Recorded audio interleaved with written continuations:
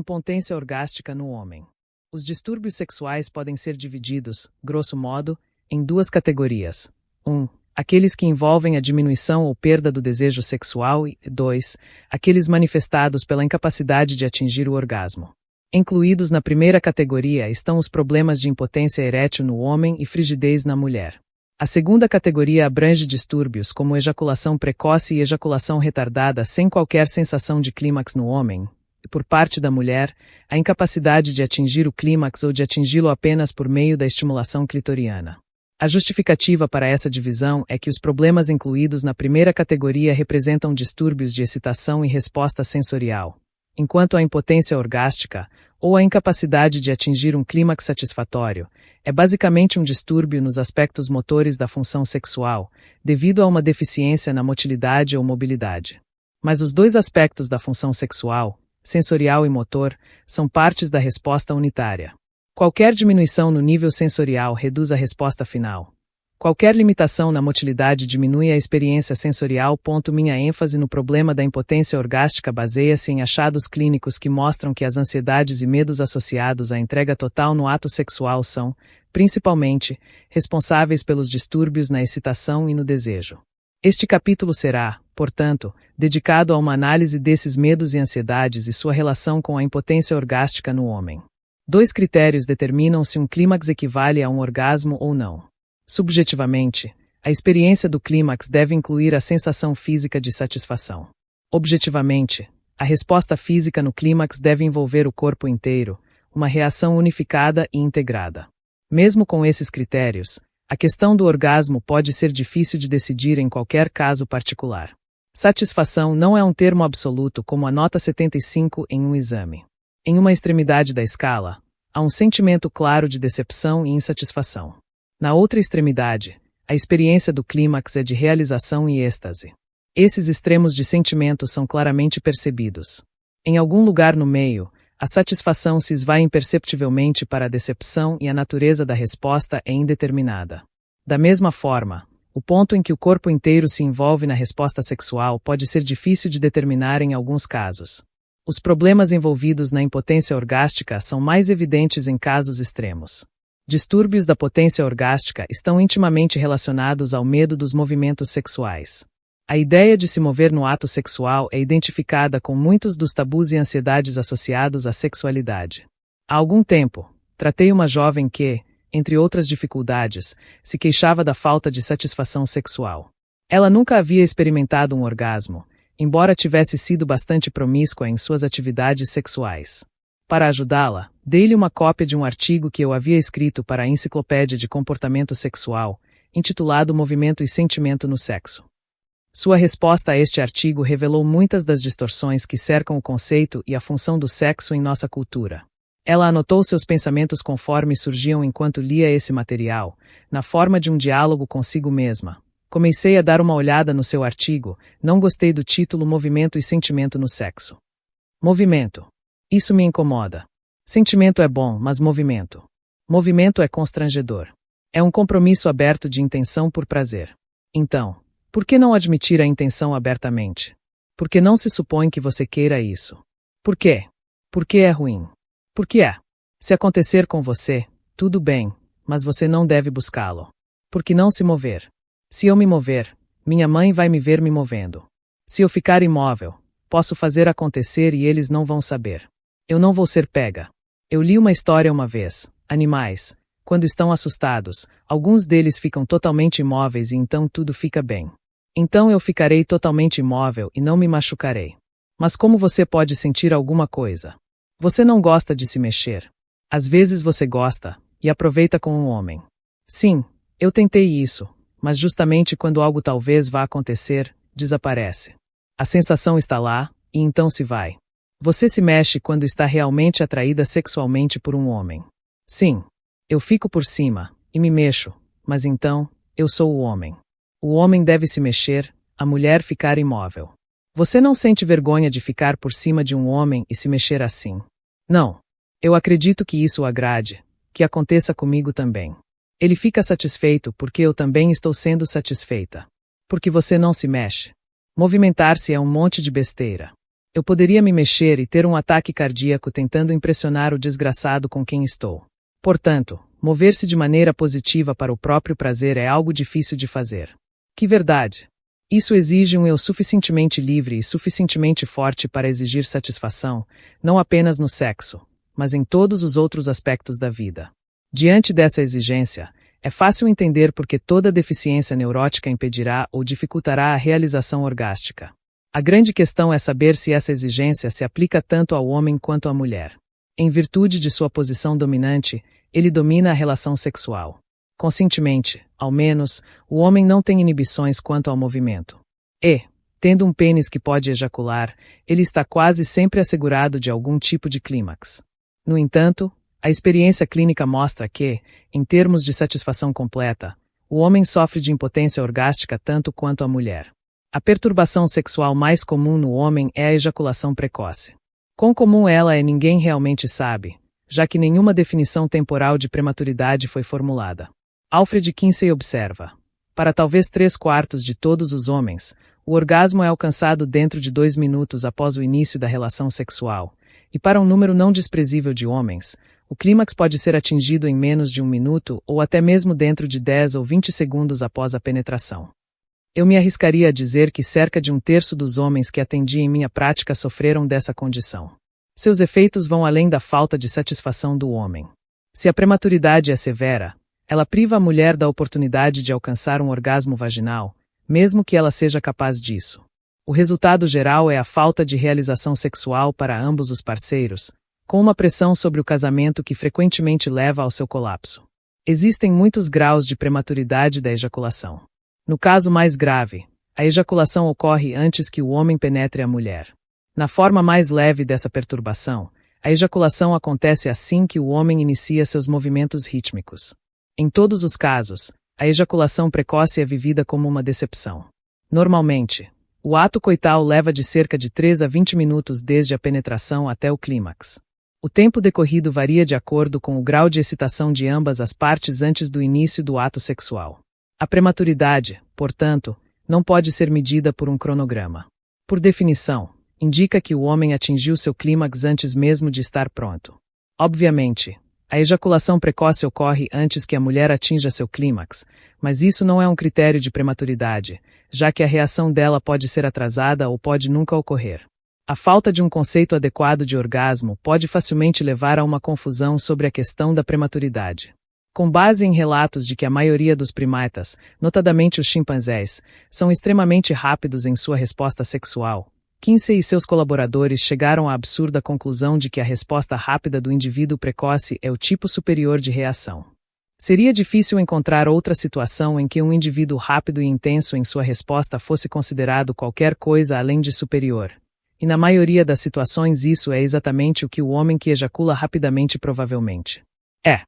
Não é difícil encontrar uma situação análoga à ejaculação precoce. Imagine um soldado na linha de frente que dispara sua arma ao menor sinal de movimento ou barulho. Sua reação é rápida e intensa, mas quem a consideraria superior? Se é que há algo, é a reação de um soldado muito ansioso, assim como a ejaculação precoce é a resposta sexual de um homem ansioso em uma situação tensa. A advertência comum, não atire até ver o branco dos olhos deles, é tão aplicável ao ato sexual quanto à ação do soldado em guerra. Mas o erro mais grave na afirmação de Kinsey reside em seu mal-entendido do problema. Se a prematuridade fosse um sinal de superioridade, dificilmente se esperaria encontrar homens que se queixassem desse distúrbio. O fato é que muitos homens procuram terapia com a queixa específica de falta de satisfação devido à prematuridade.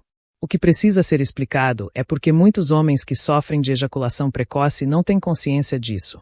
A principal razão para essa falta de entendimento é que eles não têm um padrão de comparação. Diversas mulheres que me consultaram observaram que seus maridos ejaculavam imediatamente ou logo após a penetração, mas achavam isso perfeitamente natural. Como as próprias mulheres nunca tiveram um orgasmo, também não sabiam o que seria diferente. Na ausência de conhecimento, um homem poderia facilmente assumir que seu modo habitual de resposta era o normal. Frequentemente, o manto da normalidade pode ser uma defesa contra o enfrentamento de si mesmo. Quando esse manto é retirado durante a análise, não se finge que a prematuridade seja outra coisa senão uma severa falta de satisfação sexual. Por outro lado, Existe uma forma de prematuridade que é parcialmente condicionada pelo conhecimento de sua provável ocorrência. O homem que já teve uma ejaculação precoce em ocasiões anteriores com sua parceira se preocupará com a possibilidade de isso acontecer em sua próxima tentativa. Sua preocupação e medo aumentarão a tensão da situação a ponto de a excitação não ser contida, resultando em prematuridade. Esse homem está preso a um círculo vicioso de prematuridade, preocupação, tensão, prematuridade, preocupação e tensão novamente. Esse círculo vicioso é frequentemente muito difícil de romper uma vez que tenha se instalado na pessoa. Muitas vezes, um homem pode experienciar uma ejaculação precoce em seu primeiro encontro sexual com uma nova parceira. À medida que sua ansiedade em relação ao relacionamento diminui e ele se sente mais à vontade e mais seguro com a resposta da mulher, sua reação precoce pode desaparecer e sua resposta sexual assumir um padrão mais normal. Observações como estas indicam a estreita ligação entre prematuridade e ansiedade. De fato, quanto maior a ansiedade, mais precoce será a ejaculação. A causa mais óbvia para a ansiedade é o medo de rejeição pela mulher. Esse medo é conscientemente experienciado nas situações em que o homem percebe a hostilidade da mulher ou sua relutância em se envolver em atividade sexual. Se ele persistir em sua tentativa de manter a relação com ela diante de sua atitude negativa, é provável que desenvolva ansiedade e tenha uma ejaculação precoce. Tais situações são mais comuns entre jovens solteiros para os quais o ato sexual tem a conotação de uma conquista. Como a conquista é alcançada assim que a penetração é realizada, o orgasmo é um anticlímax, na melhor das hipóteses, apenas parcial. A prematuridade também pode ocorrer na presença de uma atitude positiva da mulher em relação ao relacionamento sexual. Em vez de medo de rejeição, o homem pode experienciar medo de fracasso. Ele pode ficar ansioso com a possibilidade de perder a ereção ou de ejacular precocemente. Dada a ansiedade suficiente, se a primeira não acontecer, a segunda acontecerá. O denominador comum em todos esses casos é a ansiedade. Como o problema da prematuridade é o problema da ansiedade sexual, o homem que está conscientemente ciente de sua ansiedade pode, frequentemente, eliminá-la enfrentando a situação.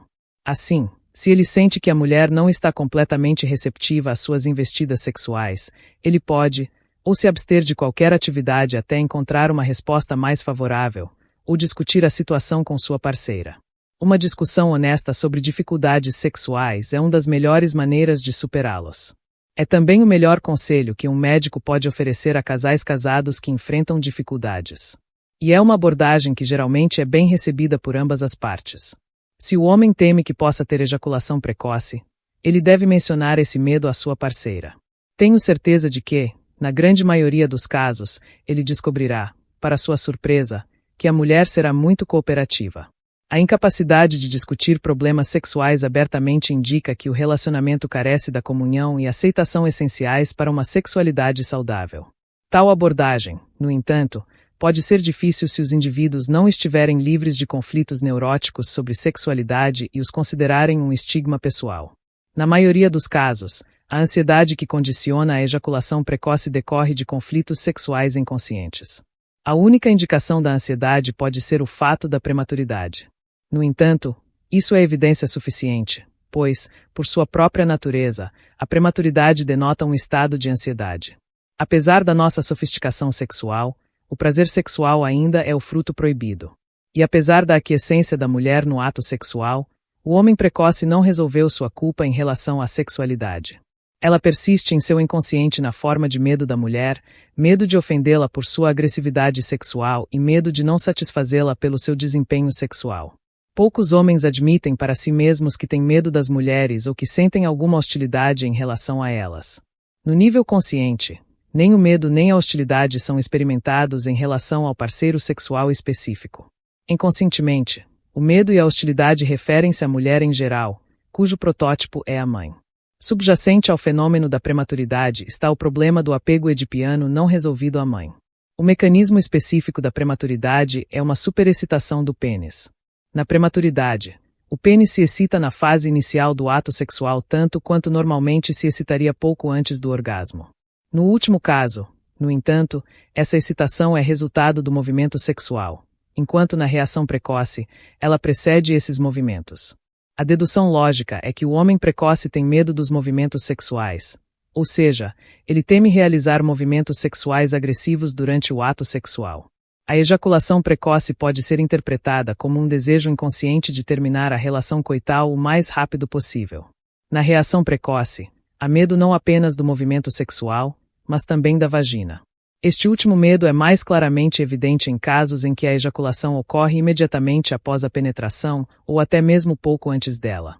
A hipótese de que a prematuridade representa um medo dos movimentos sexuais encontra respaldo na condição física do homem com esse problema.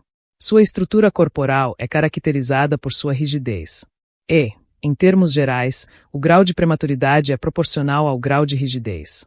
Essa rigidez se manifesta na falta de flexibilidade nas costas ou na coluna, resultando em dificuldades do indivíduo rígido em executar movimentos de extensão, como descreve no capítulo anterior ao discutir o conceito do arco. Nessas pessoas, os músculos das costas, especialmente os da região lombosacra, estão tensos e contraídos. O efeito dessa rigidez é reduzir tanto a motilidade quanto a mobilidade do corpo e impor uma limitação à amplitude e à liberdade dos movimentos pélvicos. Além disso, também se encontra nesses indivíduos que o músculo ilíaco lombar, que flexiona a pelve sobre a coxa, o músculo levantador do ânus, que constitui o assoalho pélvico, e outros grupos musculares relacionados estão espásticos. O resultado dessas tensões musculares é que o corpo não consegue manter a carga ou excitação sexual, que flui imediatamente para o órgão genital e o superexcita. A pelve, juntamente com o abdômen e os glúteos, serve como um reservatório para a sensação sexual. Quando essas estruturas estão totalmente relaxadas, elas podem acomodar e reter uma grande quantidade de excitação sexual até que os movimentos sexuais se tornem rítmicos e involuntários. Se essa função de reservatório estiver ausente ou significativamente reduzida devido à tensão, a excitação é liberada para o pênis assim que o homem move seu pênis na vagina. Para contrabalançar essa tendência à superexcitação do pênis, o homem prematuro tenta se mover o mínimo possível.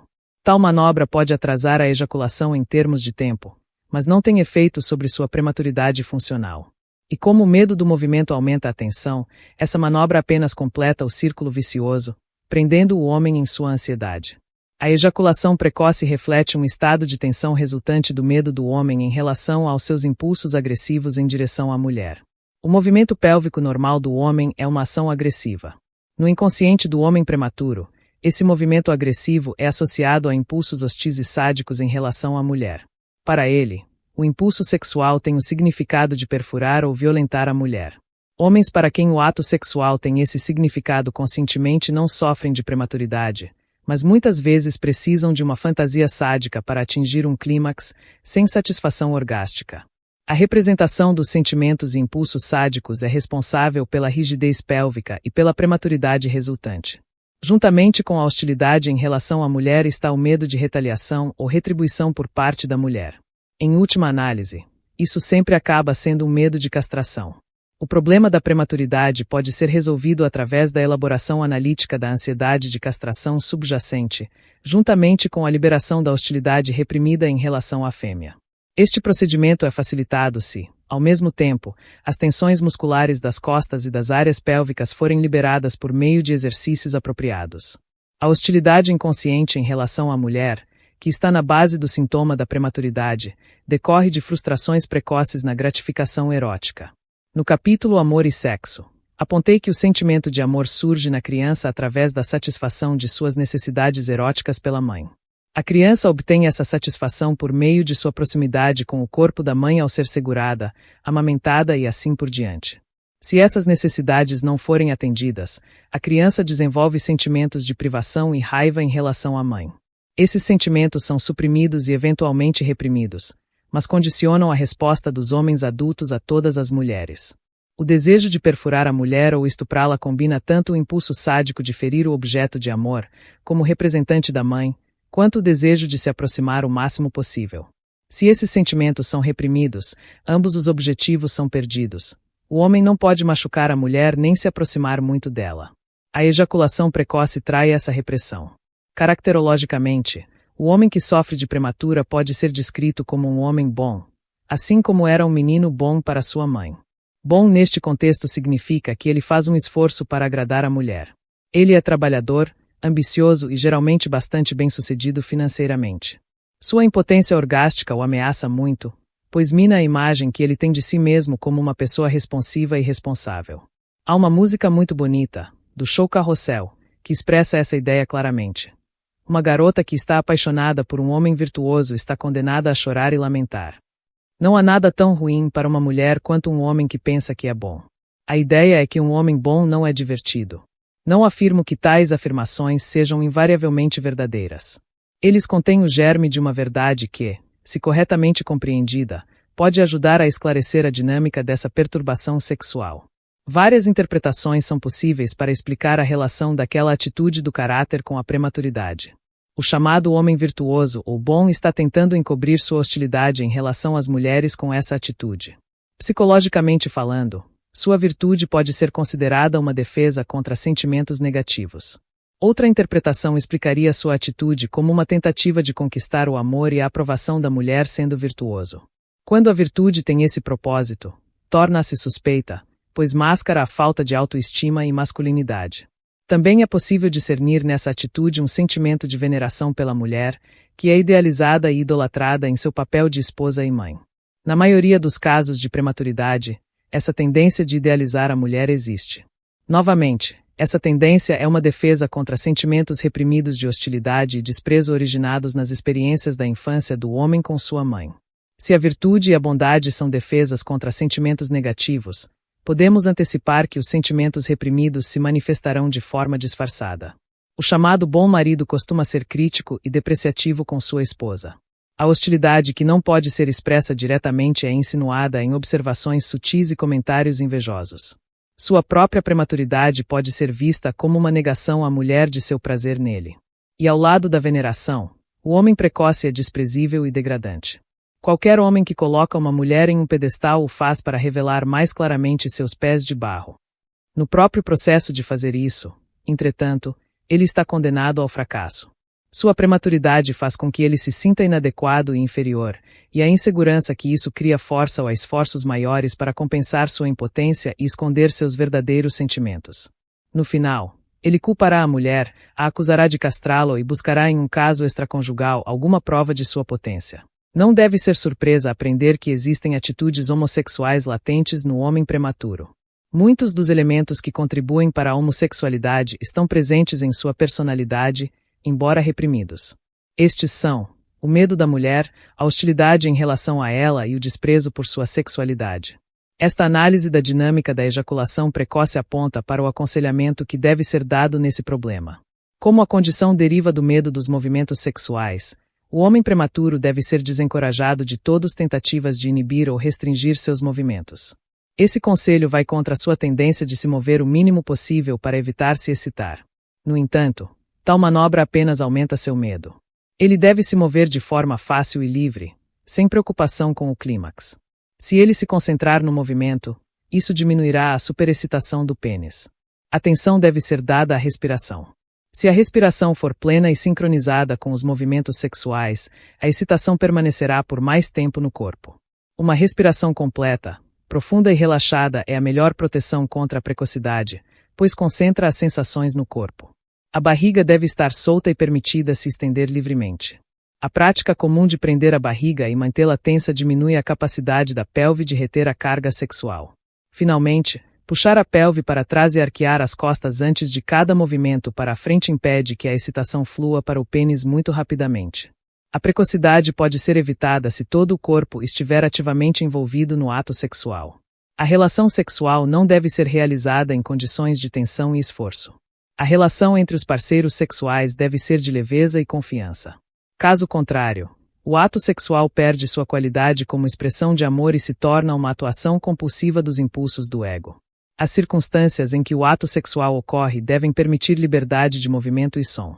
O movimento cria som, e o medo de se mover pode ter raízes no medo de ser ouvido.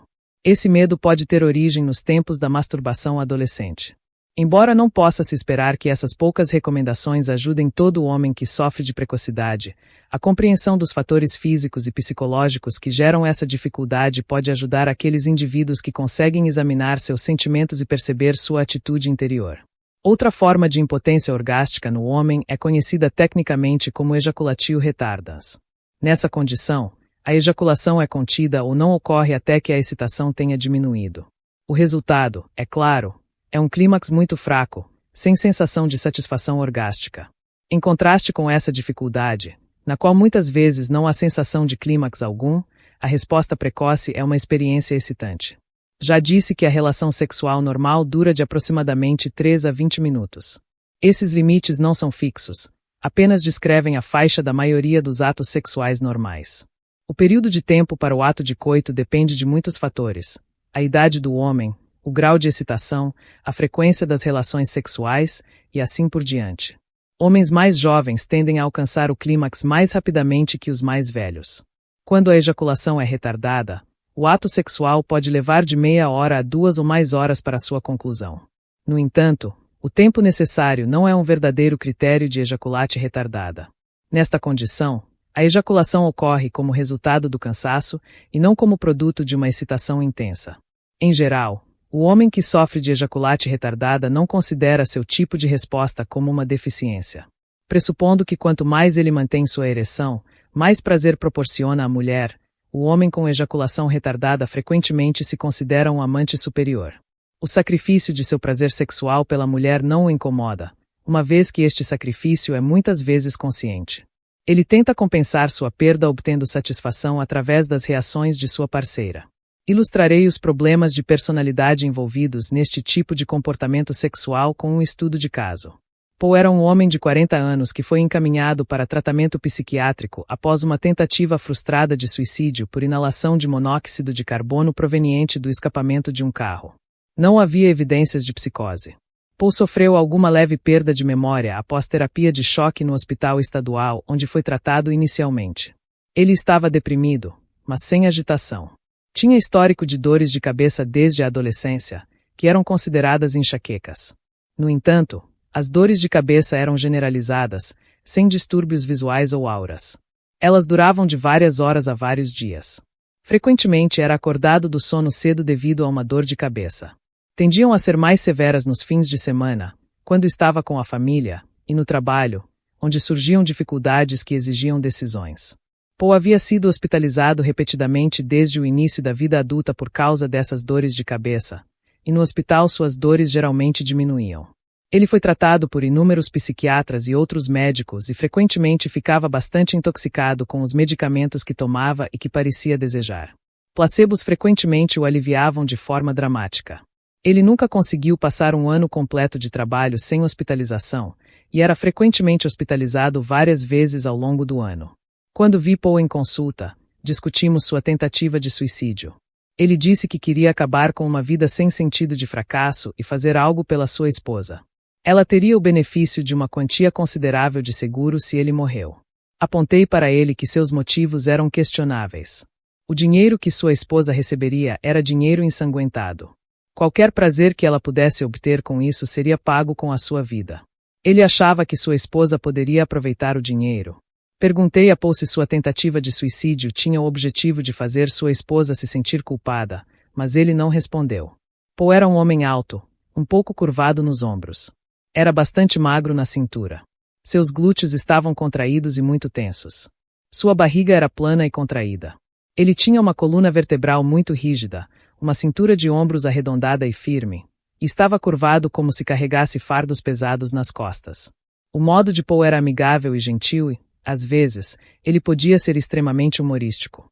Ele usava um sorriso um tanto cínico. Ele adorava conversar. Antes de ficar deprimido, ele tinha reputação de contador de histórias. Sentia-se derrotado na vida e estava fascinado pelo sucesso dos outros.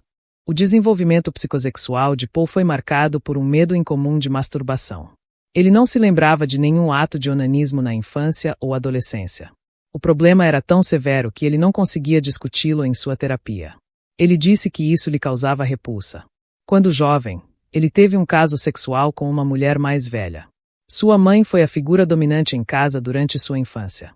Seu pai era um homem simples, trabalhador, que se apegava a métodos comerciais antigos apesar de repetidos fracassos. Sua mãe comparava seu marido desfavoravelmente com seu irmão mais velho, que era bem-sucedido nos negócios. Aos 20 anos, Paul desenvolveu um caso leve de tuberculose. Desde seu retorno do sanatório, ele foi considerado um inválido por sua família, primeiro por causa da tuberculose e depois por causa de suas dores de cabeça crônicas. Paul se casou com uma mulher muito mais jovem do que ele, a quem descreveu como atraente e vivaz. Nos primeiros anos de casamento, ele se esforçou para libertá-la da influência de sua família. A união produziu 3 filhos. Ao discutir sua vida sexual, Paul disse que a relação sexual geralmente durava 1 hora ou mais, às vezes, até 2 horas. Ele se orgulhava do fato de que sua ereção podia ser mantida por tanto tempo e que sua esposa frequentemente experimentava vários orgasmos durante um único ato. Seu próprio clímax, quando ocorria, era vazio de prazer ou significado, mas ele negava sua importância diante do prazer e da satisfação que dava à sua esposa. No entanto, ele gradualmente perdeu o interesse nas relações sexuais com sua esposa e, ao longo dos anos, os contatos sexuais diminuíram consideravelmente. Ao mesmo tempo, Paul tornou-se cada vez mais deprimido. No decorrer da terapia, o padrão de comportamento sexual e sentimentos de Paul tornou-se evidente. À medida que sua depressão diminuía, Paul começava a experimentar um retorno espontâneo do desejo sexual, acompanhado de ereções matinais e sonhos molhados.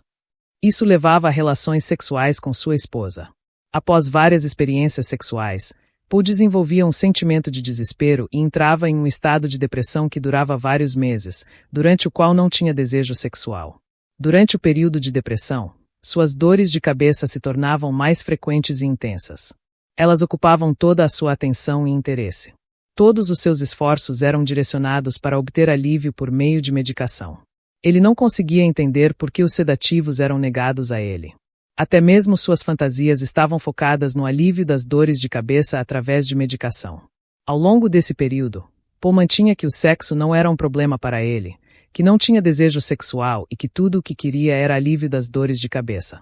A relação entre depressão, dores de cabeça e perda de sentimento sexual ficou claramente revelada pela observação de que, sempre que Paul acordava com uma ereção, ele não sofria de dor de cabeça naquele dia. Essa observação se repetiu várias vezes no decorrer da terapia. Podia-se postular que as dores de cabeça resultavam da incapacidade de Paul de concentrar sua excitação sexual nos órgãos genitais. Em vez disso, a excitação se localizava na cabeça, produzindo uma tensão insuportável. Os músculos do pescoço e do couro cabeludo ficavam excessivamente tensos. Em vista de sua potência erétil exagerada e da falta de satisfação, podia-se assumir que as dores de cabeça surgiam quando Paul reprimia seus sentimentos sexuais. A supressão era, naturalmente, inconsciente. Paul sentia apenas a tensão do esforço. Era possível reduzir tanto a frequência quanto a intensidade das dores de cabeça por meio de uma terapia que incluía exercícios físicos e massagem muscular para diminuir sua tensão. Através de sua identificação com o terapeuta, ele conseguiu se tornar mais agressivo em seus negócios. Por exemplo, conseguiu demitir funcionários que se aproveitavam dele há anos. Em algumas ocasiões, tornou-se até mais agressivo com sua esposa e menos tolerante com suas exigências financeiras. No entanto, cada afirmação de sua masculinidade e individualidade era seguida por um colapso e um retrocesso para a passividade e dependência do terapeuta e de sua esposa.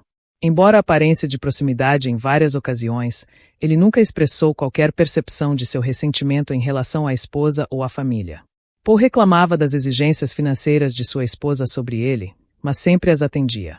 Ele expressou o desejo de que sua esposa fosse a agressora sexual, mas não conseguia assumir um papel sexualmente passivo com ela quando ela ridicularizava suas tendências à passividade e dependência. Conscientemente, Paul queria ser cuidado como uma criança. Sua demanda por medicação, seu desejo de ser sexualmente passivo e seu invalidismo testemunham esse elemento em sua personalidade. Em outro nível, Paul estava inconscientemente obcecado pela necessidade de provar que era um homem.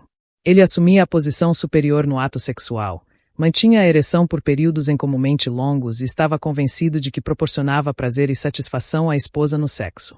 Então, quando ele perdia seus sentimentos sexuais e se deprimia, ele se refugiava em fantasias que eram quase abertamente homossexuais ou em que o terapeuta ou outra pessoa estava tendo um caso sexual com sua esposa. Assim, Paul oscilava entre a tentativa de funcionar como um adulto responsável e o desejo de regredir à posição de um bebê. Nenhum esforço era bem-sucedido. A regressão significava a perda não só da masculinidade, mas de si mesmo. Ele acreditava que a mãe o engoliria. Por outro lado, Paul estava convencido de que não poderia satisfazer o apetite voraz da fêmea. Esse é o significado das fantasias em que ele imaginava outro homem satisfazendo sua esposa. O relacionamento de Paul com sua esposa refletia e paralelava seu relacionamento anterior com sua mãe, que idealizava e idolatrava. Em nenhum momento foi possível destronar a imagem da mãe boa, sacrificada e devotada. Ele nunca fez observações negativas sobre sua mãe, mas, ao mesmo tempo, também nunca disse nada de positivo sobre ela. Se assumir que sua hostilidade contra a mãe, assim como contra a esposa, estava profundamente reprimida, então seus fracassos e seu comportamento autodestrutivo poderiam ser vistos como uma tentativa de se vingar dela por despeito. Essa suposição encontra apoio na rejeição de comida por parte de Paul, que é um símbolo universal da mãe. Paul às vezes comia tão pouco que ficava emagrecido. Qual é a explicação da ejaculação retardada? Como é possível que uma pessoa mantenha a ereção por 2 horas durante o ato sexual sem perdê-la ou alcançar o clímax? O fenômeno parece tão estranho que requer um esforço da imaginação para compreendê-lo. Não é difícil perceber que o ato sexual era para Paulo um meio de servir sua esposa. Na verdade, Paul foi capaz de manter a ereção apenas concentrando sua atenção nas necessidades dela, seus sentimentos e suas respostas, e não nas suas. Obviamente, ele não poderia atendê-la se fosse prematuro ou se perdesse a ereção. Paul racionalizou que essa habilidade era algo para se orgulhar. Se o pênis é usado para servir a outro, ele perde seu caráter de órgão genital e se torna, funcionalmente, um seio ou mamilo. Nesse sentido, Paulo estava alimentando a fome de prazer sexual de sua esposa, e a ereção persistiria enquanto a necessidade continuasse. 2 sonhos apoiaram a ideia de que seu pênis funcionava como uma tetina. Em um sonho, ele imaginou seu cachorro chupando seu pênis. Paul tinha um cachorro de quem se sentia mais próximo do que de sua esposa. Sempre que sua esposa reclamava dos cachorros dormindo em sua cama, Paul a deixava dormir em outro quarto com o cachorro. Ele experimentou a rejeição de sua esposa ao cachorro como uma rejeição de si mesmo, e obviamente se identificou com o animal. No sonho, Paul projetou sobre o cachorro seu próprio desejo reprimido de ser amamentado. Mas, em vista de seu comportamento sexual com sua esposa, ela pode ser identificada com o cachorro no sonho. Assim, o sonho pode ser interpretado como uma expressão inconsciente de desprezo por sua esposa. No segundo sonho, Paul imaginou seu pênis como sendo triangular e envolto em papel alumínio. Suas associações com esse sonho eram memórias de seus dias de colégio e de geometria, um assunto em que ele se destacou. Por sua excelência na escola, Paul era admirado e aprovado por sua mãe.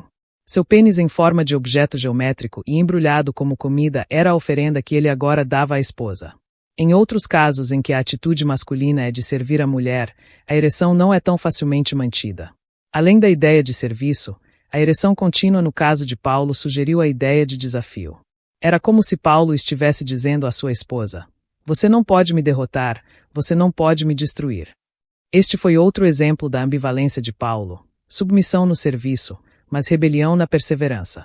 Acredito que sem o conceito de desafio, o problema da ejaculatio retardans não pode ser compreendido. No final, o desafio deve falhar, como invariavelmente aconteceu no caso de Paulo, pois a falta de satisfação leva à futilidade e ao desespero e termina no poço da depressão. O padrão fisiológico que se tornou tão marcante neste caso, isto é, a alternância de dores de cabeça com sentimentos sexuais, me fez especular sobre a mecânica de tal fenômeno. Psicodinamicamente, era evidente que quando Paul se sentiu derrotado em seu desafio à mulher, ele respondeu como um dorso, regredindo em seu comportamento ao desamparo, invalidez, e usando seus sintomas como uma arma para impor sua vontade. Sua estrutura física me deu a impressão de que toda a sua energia parecia ter sido extraída da metade inferior de seu corpo e mantida imobilizada em seu peito, pescoço e cabeça.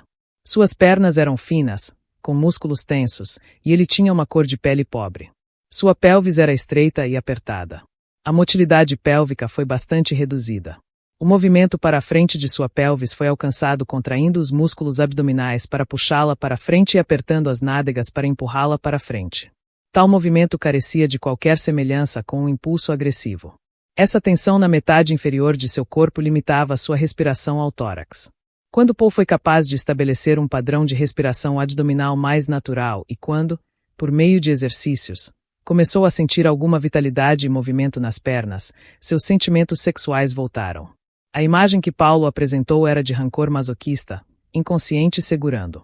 Sua incapacidade de deixar seus sentimentos na metade inferior de seu corpo espontaneamente paralela à sua incapacidade de deixar ir no sexo.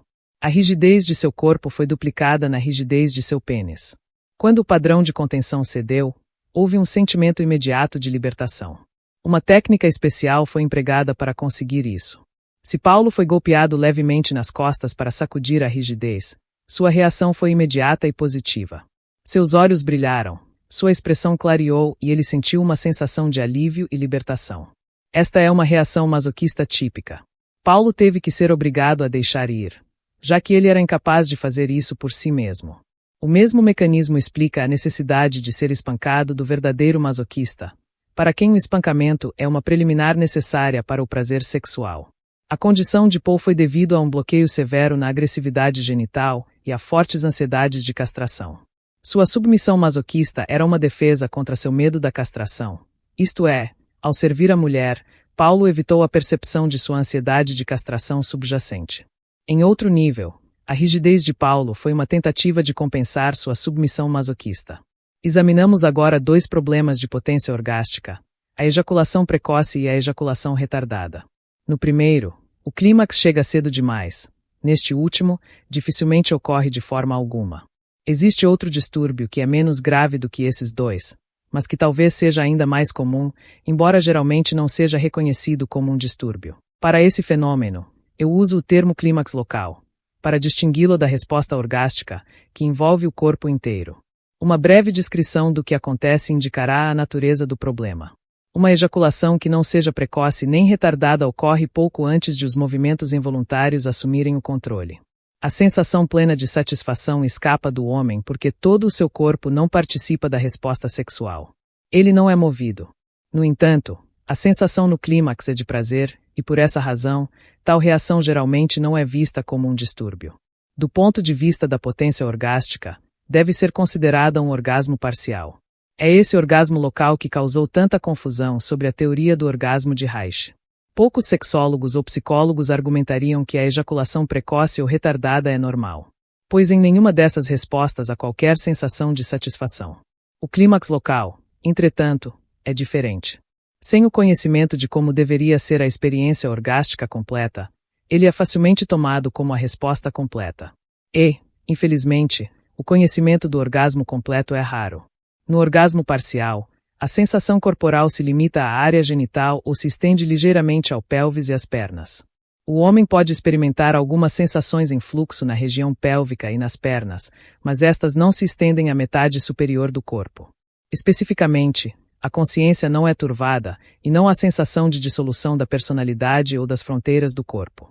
Qualquer experiência de sensação de fusão é limitada à área genital. Não há sensação de brilho ou luminescência como resultado da resposta clímax.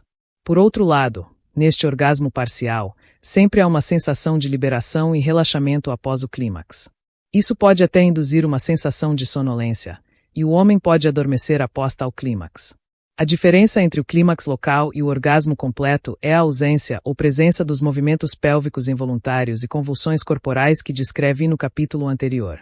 Nesse contexto, é importante distinguir esses movimentos involuntários de outras reações involuntárias que muitas vezes são confundidas com a resposta orgástica. Kinsey lista 6 tipos de resposta orgástica nos sujeitos masculinos que estudou. Se analisarmos esses 6 diferentes reações, veremos que nenhuma delas se aproxima da resposta orgástica completa. São as seguintes: 1. A reação é limitada aos genitais, com pouca ou nenhuma reação do corpo. No pênis há alguns leves pulsos, e o sêmen sai sem os jatos normais ejaculativos e pulsáteis. O clímax é sem qualquer sensação significativa. Kinsey afirma que cerca de 1/5 ou mais de todos os homens experimentam essa resposta extremamente inadequada. 2. Uma segunda reação, considerada a mais comum, envolve alguma tensão ou espasmo de uma ou ambas as pernas, da boca, dos braços ou de outras partes específicas do corpo. Nessa resposta, o corpo inteiro se torna rígido. Há alguns espasmos, mas sem efeitos posteriores. Disse que essa reação ocorre em cerca de 45% de todos os homens. Deve-se observar que a rigidez do corpo é uma defesa contra ceder à convulsão orgástica e não uma reação orgástica. Este é o tipo de resposta que chamei de clímax local. 3. O terceiro tipo de resposta parece ser uma reação mais violenta que a anterior, mas de mesma natureza. Os termos descritivos usados por Kinsey, baseados nas declarações de seus sujeitos, são: as pernas frequentemente se tornam rígidas com músculos enrijecidos e dedos dos pés apontados, músculos do abdômen contraídos e duros, ombros e pescoço rígidos e frequentemente inclinados para frente, respiração retida ou ofegante, olhos fixos ou bem fechados, mãos agarrando, boca distorcida, corpo inteiro ou partes dele se contraindo espasmodicamente, às vezes sincronizadas com pulsos ou movimentos violentos do pênis. Além disso, pode haver gemidos, soluços ou gritos violentos. Os efeitos posteriores não são marcantes. Esse tipo de resposta foi relatado por cerca de 1/6 dos sujeitos de Kinsey. Novamente, é a minha afirmação que rigidez, tensões e espasmos são contrários à natureza da reação orgástica. Quão prazeroso pode ser um clímax se acompanhado das manifestações descritas acima? Esperaria-se tais reações de uma pessoa passando por tortura, e não pelos deleites de uma experiência estática. Não, isso não é orgasmo, mas medo de um orgasmo que ameaça dominar o ego. 4.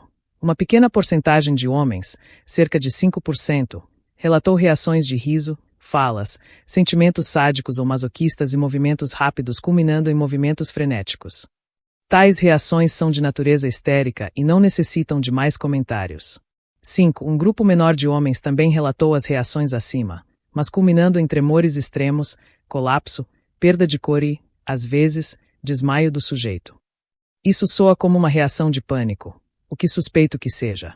6. A pesquisa também observa que vários homens se queixaram de dor e medo na aproximação do orgasmo. Parece que o pênis se tornou muito sensível pouco antes do orgasmo, e Kinsey diz que alguns homens sofrem dor excruciante e podem gritar se o movimento continuar ou se o pênis for tocado.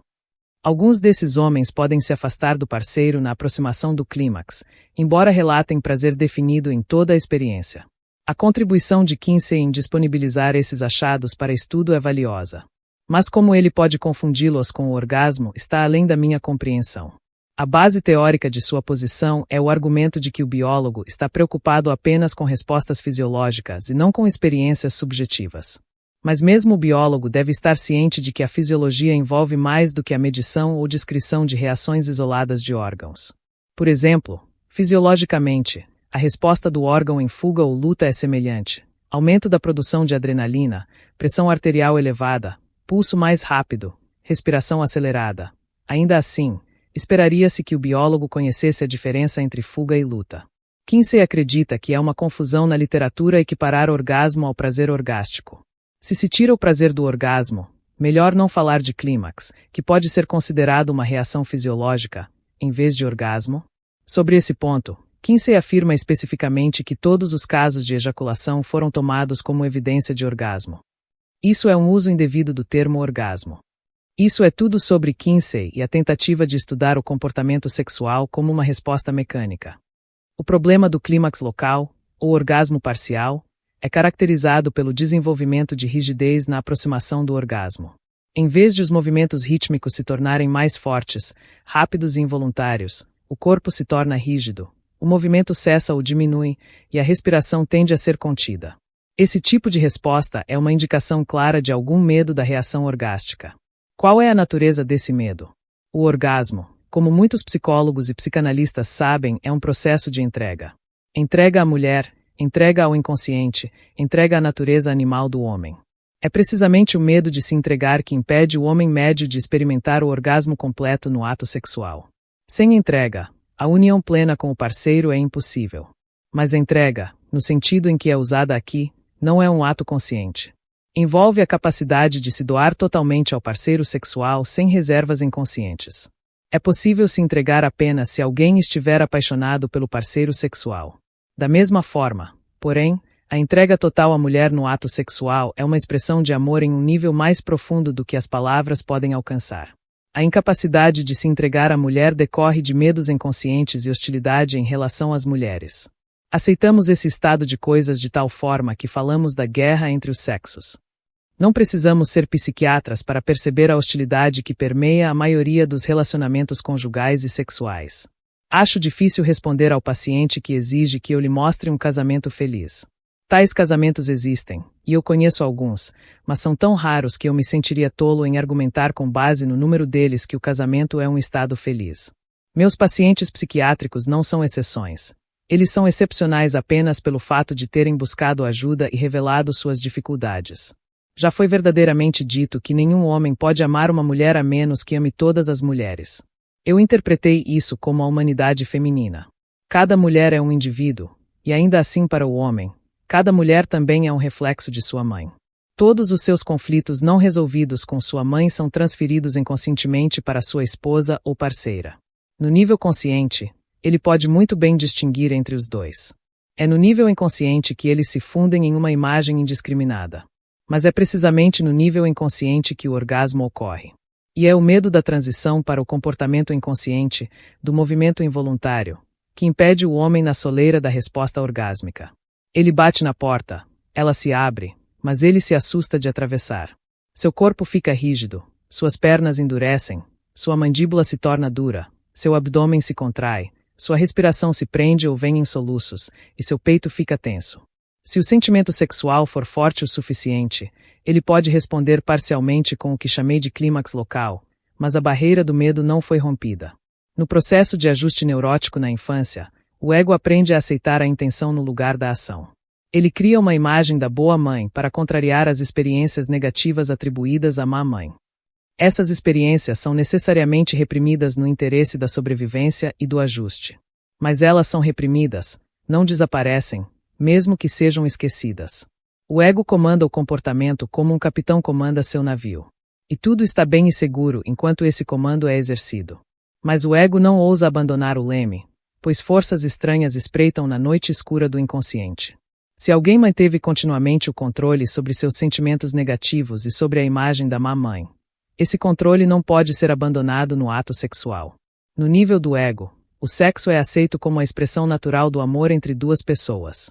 O ego está certo nessa aceitação, assim como está certo no conhecimento do amor materno. Mas a personalidade está dividida.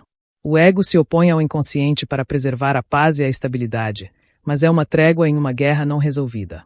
Nunca os guardas da fronteira devem dormir ou perder a consciência. No momento em que o fazem, o indivíduo neurótico é tomado de pânico, como se um inimigo estivesse invadindo seu território. Este é o pânico que a pessoa neurótica experimenta diante do orgasmo. Parece irracional, tão irracional quanto o medo de uma criança no escuro. Ainda assim, nenhum argumento lógico pode fazer a criança perder o medo. Tudo o que se pode fazer é explorar a escuridão com a criança e mostrar-lhe que não há monstros espreitando nela. O conhecimento da natureza do orgasmo é uma luz que ilumina a escuridão.